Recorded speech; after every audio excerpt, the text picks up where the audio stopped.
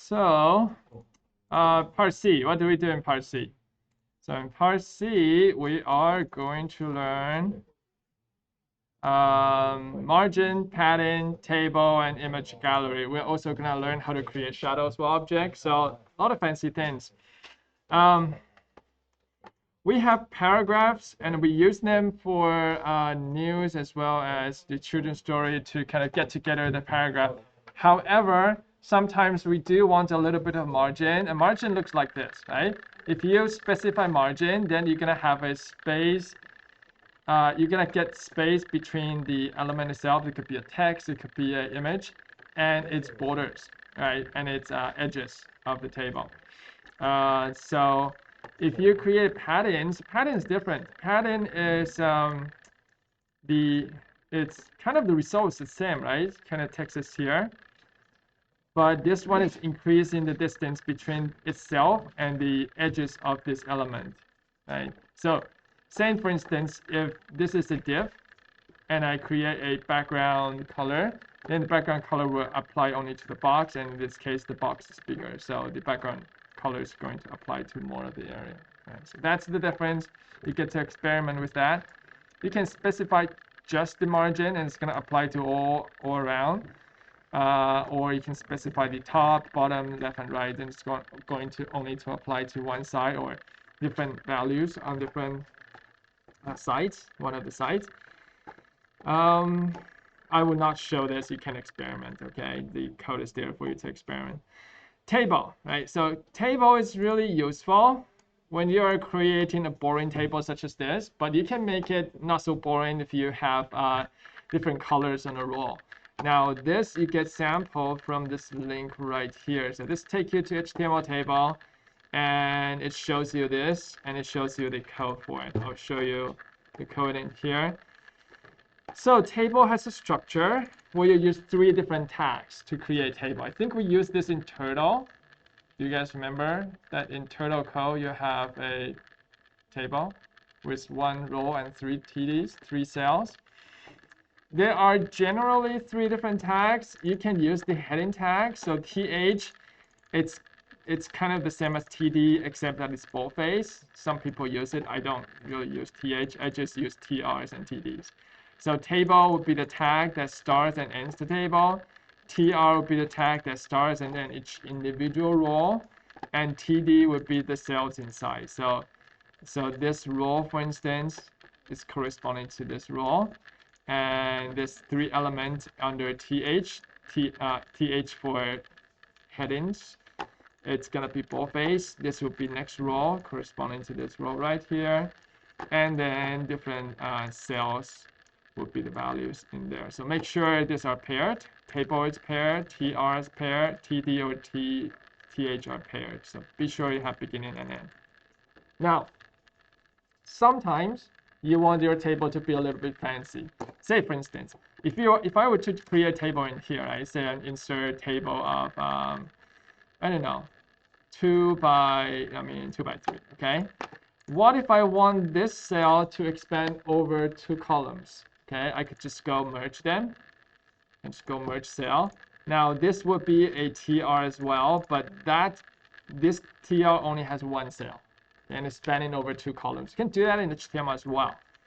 Okay, so in HTML, you're gonna make use of the why don't I just copy this over and I can, well, anyways, I'm gonna create a table from scratch. How's that? Okay, create table from scratch. I am just gonna put it on index, doesn't matter. It's an example. All right, so I'm gonna create a table maybe underneath here, children's story. So underneath where it says children's story. So over here, the table looks like this. I gotta go table. I don't have to finish typing now. I can say table. And if I'm going for 2 rows with 3 cells inside, I'll be creating each individual row. Okay, so you go TR, so that's 1 row. And if I want 3 cells, I go TD, and that's gonna give me 1 cell. So 1 cell, 2 cell, 3 cells. If I want 2 rows, then I can copy and paste that. So that's gonna be giving me 2 rows and 3 cells. If I refresh this, you're gonna be surprised that you don't see anything. You don't see anything, okay? Because there's no content. But if I give it a little bit of style, I try to put something as content in the table, you will see, okay? So if I put ones in here so that it's gonna show up somehow, then you see those ones. Okay, so this table is tiny and it's squeezed to the left corner. I can have it spanned. I can have I can set a width to the table so that it's taking expanse of the entire area. I can set width is 80%. Now it's gonna span over the available area, so it's gonna take 80%. It's gonna take wider. Okay. Now, if I want to see where exactly the borders are, I can of course set the border whatever. But since we're in CSS, I'm gonna make use of this style tag. Okay. So this is the style tag that create table just look like that, and it's gonna apply to all the tables, so I don't have to set class or anything. Okay. So I'm just gonna copy those and paste over. I'm gonna create style tags so I can paste my CSS in there. And of course, I would do a little bit of formatting. No, wrong keyboard combo. Oh, there we go. Okay, it's a ship option for me. All right, so this quickly saved, and it's gonna look like that, right? So notice that this is actually taking expanse, you know, from left to right edge, pretty much everything, and it says 80%. I think this is overriding because it looks like it's more than 80%, and it's right here. See, this table is taking 100% of the width. So it looks like this 80% is not activated anymore because it's overriding it. Let me double check. Yeah, so it's taking 100% of the width, and both tr and th take the same definitions. So they all have this border and padding, and this is what is responsible to give colors of every other row. So if I were to have multiple rows, and you're gonna see that, okay? You see that it take effect on every other row. So back to what we're doing here. So I'm gonna ask you to create something like this.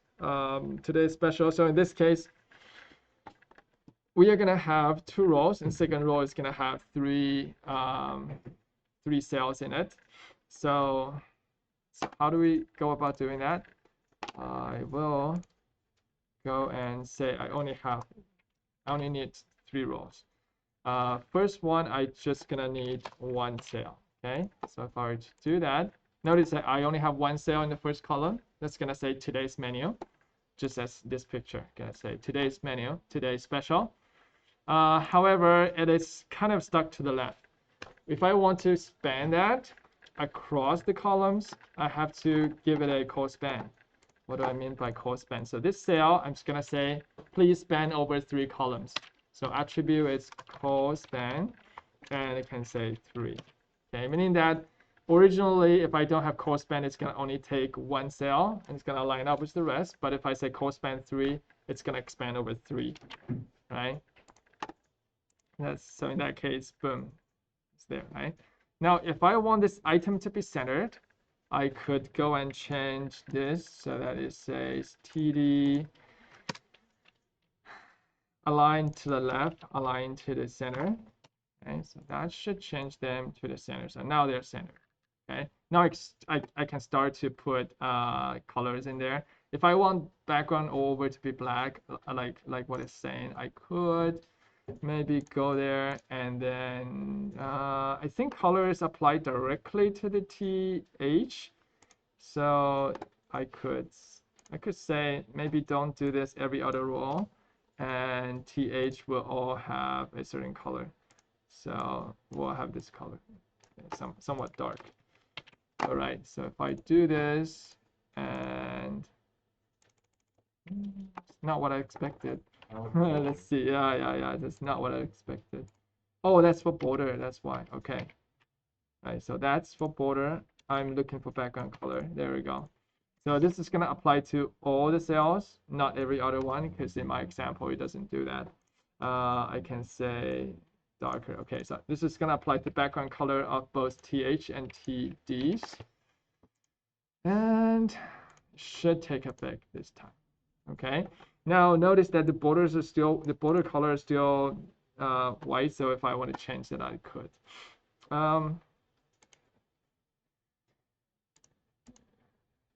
Now with the borders, notice that in this example, you only have borders like in the middle here. You can certainly set border left, border right if you want. Okay. So that's for menu. I think we're fine with that. Moving on. Moving on. Okay. So try to create something similar to that. Next one is I'm gonna have you create image gallery. So image gallery would be using the dishes that you created before. I'm gonna create image gallery to fit those. Okay, you could add this to your showcase area to make it look better with this special image gallery thing. But learn how to do it first, okay? But it can apply to the page of Pixlr. How to do this? Now there's an example. It's from this CSS image gallery. So notice how it works here.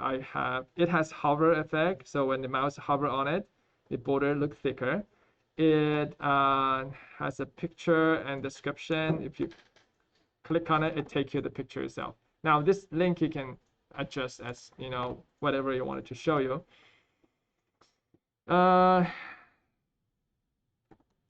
right, so this is slightly more complicated. So you have the dot gallery, so we know what that is. This div means that the gallery class is inside the div. Okay, so if you have a gallery class in a div, this will apply to it. Let's take a look at HTML. So you see this class gallery, it's only applicable, right, if it's inside a div, and that's how you pinpoint to it. So if the gallery is applied to any other tag, say a href a tag or p tag, then it's not gonna be applicable. This is a more specific way to create class. And this would be image inside the gallery. So we can see that if you have image tag inside div gallery, then that is gonna apply to it. Okay. Anyways, if you want to just copy the sample over and modify from there, it's totally fine with me. As long as you switch the pictures with the pictures that you have, and then switch the descriptions and then call it a day, it's fine. But I like you to poke into here, see what else you like to modify. You may want to try to modify the pattern and the width and then borders and see if you can create something better, right? So that's with image gallery. Be sure to do some fine tuning with it. Lastly, the shadow and shadow box. So this image gallery does not come with shadow, right? I can have my mouse over it. It does not do shadow. Shadow, example of which would be here. That's a shadow of the image gallery. So this is a shadow that is permanently there. I would like something that is when you hover on it, rather than just the border being bold, I want to see some kind of shadow. All right. So when I hover over this image gallery, I want to see shadow coming up. It shows you the example how to do it. So it's just that's for text. That's not a text. We're talking about image here. Image shadow, it should have examples. It's probably box shadow, okay? Although this examples are text shadow. I think box shadow will apply to the image. So have a try and let me know what you find out. I think these values are the same. This would be how much of a how wide it is, how far it is, and what is the color of the shadow. Okay.